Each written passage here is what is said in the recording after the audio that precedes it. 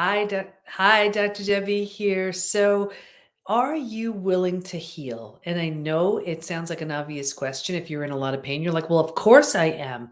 But it was interesting. I was just interviewed by someone on for her podcast, and I was talking about the 5 stages from betrayal to breakthrough. This is Dr. Debbie, by the way, and which is just one of my favorite topics, showing people that there are these 5 stages we will go through if we are to fully heal.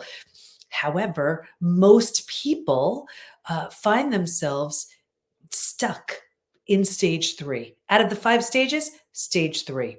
And I thought what I would do today is run through the 5 stages and show why it is so common to land and stay in stage 3. Now, with the 5 stages, it's something it's all mapped out again in trust again. It's what we teach within the PBT Institute. All of our coaches are certified in the 5 stages, but I want to give you sort of a distilled version right here. So stage 1 is before it actually. Imagine 4 legs of a table, the 4 legs being physical, mental, emotional, and spiritual. What I saw with everybody in this study was this real heavy lean on the physical and the mental, and not really prioritizing or really neglecting the emotional and the spiritual. What does that look like? Looks like we're really good at thinking and doing, not really prioritizing the feeling and being. So imagine a table with only 2 legs. It's easy for that table to topple over. That's us. That's not to say if you're busy thinking and doing, you'll be betrayed. It was just a typical profile that I saw. Stage 2, shock, blindsided, D-Day, Discovery Day, the scariest, most terrifying of all of the stages. And it's the breakdown of the body, the mind, and the worldview. So right here, you've ignited the stress response and you're headed for every single stress-related symptom, illness, condition, disease. Your mind is in a complete and total state of chaos and overwhelm. You cannot wrap your mind around the information you just learned. It makes no sense, terrifying.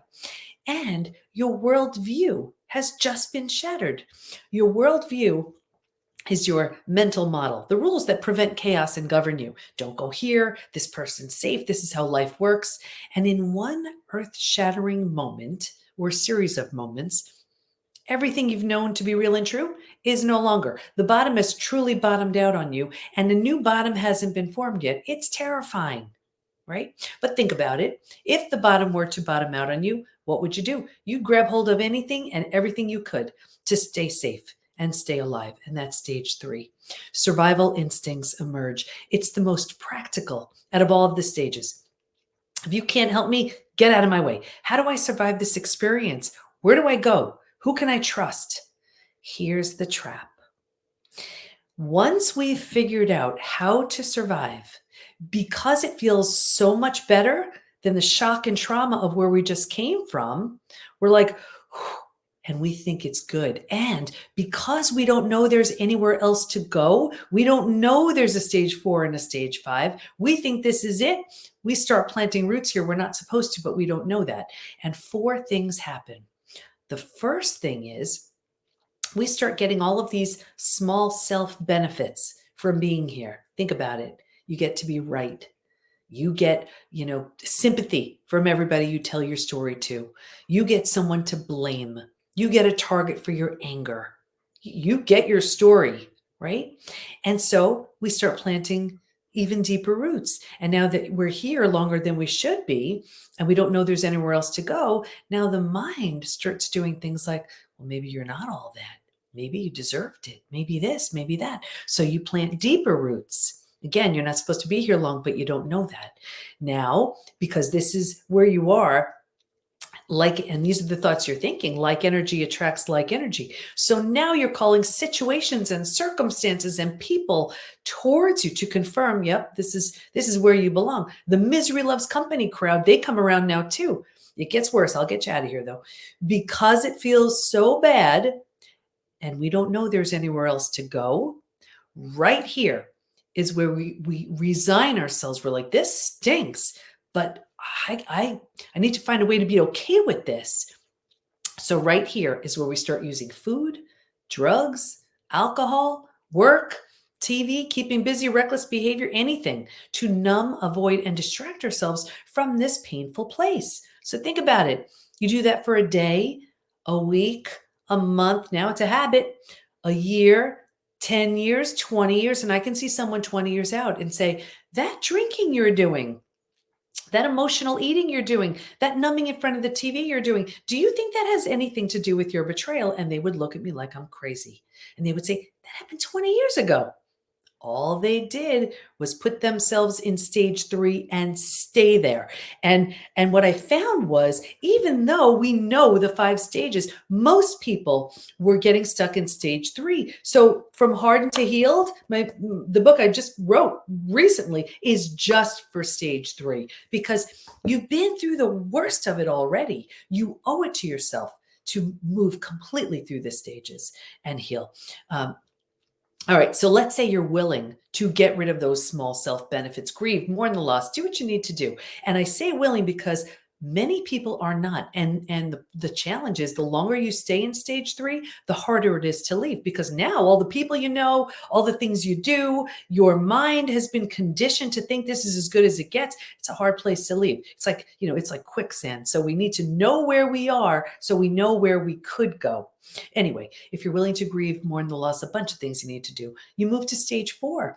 And stage 4 is finding and adjusting to a new normal. So here's where you acknowledge, I can't undo my experience, but I control what I do with it. And when you make that decision, you start turning down the stress response. You're not healing just yet, but at least you stop the massive damage you were creating in stages 2 and stage 3. What's also really interesting about stage 4 is this. I always use the example of, if you've ever moved to a new house, office, condo, apartment, whatever, all your stuff's not there. It's not quite cozy yet, but it's going to be okay.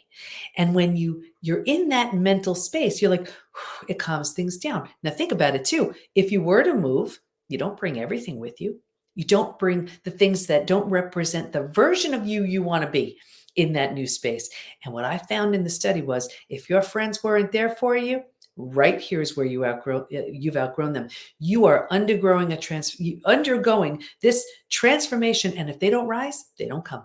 Very common. So if all of a sudden you're like, what the heck just happened? I had all these friends and I just don't feel right with them anymore. Very often that's the case. When you're in this stage 4, you're making it cozy, you're making it home. It feels okay. You slowly move into the 5th most beautiful stage, and this is healing, rebirth, and a new worldview. The body starts to heal. Self-love, self-care, eating well, exercise. You didn't have the bandwidth for any of that earlier. Now you do. Your mind is healing. You're making new rules, you're making new boundaries based on the road you just traveled. And you have a new worldview based on what you see so clearly now, and the 4 legs of the table. Remember, in the beginning, it was all about the physical and the mental. By this point, we are solidly grounded because we're focused on the emotional and the spiritual too. Those are the 5 stages. So when I asked in the very beginning, are you willing to heal? What I'm really asking is, are you willing to get out of stage 3? And if you didn't even know you were there, well, I hope you realize it now, because if the worst of it all happened already, you really owe it to yourself to move through the stages. There's a version of you so healthy, so healed, so strong.